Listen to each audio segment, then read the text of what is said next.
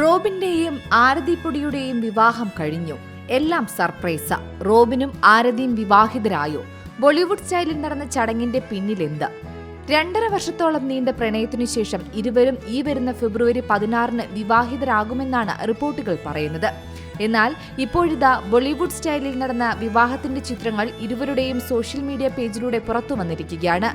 അഗ്നിയെ സാക്ഷിയാക്കി വധു ആരതിയുടെ കൈപിടിച്ചിരിക്കുന്ന റോബിനെ ഫോട്ടോകളിൽ നിറഞ്ഞു കാണാം. റോബിൻ ആരാധകർ ഏറ്റവും കൂടുതൽ കാണാൻ ആഗ്രഹിച്ച ഒരു കാഴ്ച കൂടിയാണിത്.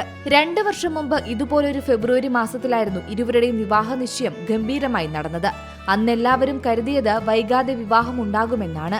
എന്നാൽ രണ്ടുപേരും അവരുടെ പ്രൊഫഷനുമായി ബന്ധപ്പെട്ട തിരക്കുകളിലായിരുന്നു.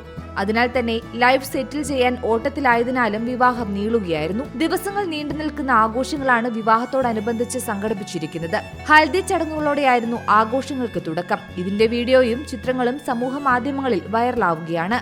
ആരതിയും റോബിനും വിവാഹത്തിന്റെ ആഘോഷ തുടക്കത്തിന്റെ ചിത്രങ്ങൾ സോഷ്യൽ മീഡിയയിലൂടെ പങ്കുവച്ചിട്ടുണ്ട്. കല്യാണ ചടങ്ങുകളും ആഘോഷങ്ങളും തനിക്ക് തന്ന സർപ്രൈസ് ആണെന്നും അതൊക്കെ പ്ലാൻ ചെയ്യുന്നത് മറ്റുള്ളവരാണെന്നും റോബിൻ പറഞ്ഞു. 2 വർഷം നീണ്ടു നിൽക്കുന്ന ഹണിമൂണാണ് ഇരുവരും പ്ലാൻ ചെയ്തിരിക്കുന്നത്. അതും 27ലധികം രാജ്യങ്ങളിലേക്കുള്ള യാത്ര. ഓരോ രാജ്യങ്ങളിലും സന്ദർശിച്ചതിനു ശേഷം തിരിച്ചുവരും. പിന്നീട് 1-2 മാസങ്ങൾക്കകം അടുത്ത രാജ്യം എന്ന രീതിയിലായിരിക്കും യാത്രകൾ പ്ലാൻ ചെയ്യുന്നത്. ആദ്യം പോകുന്നത് അസർബൈജാനിലായിരിക്കുമെന്നും റോബിൻ പറഞ്ഞിരുന്നു.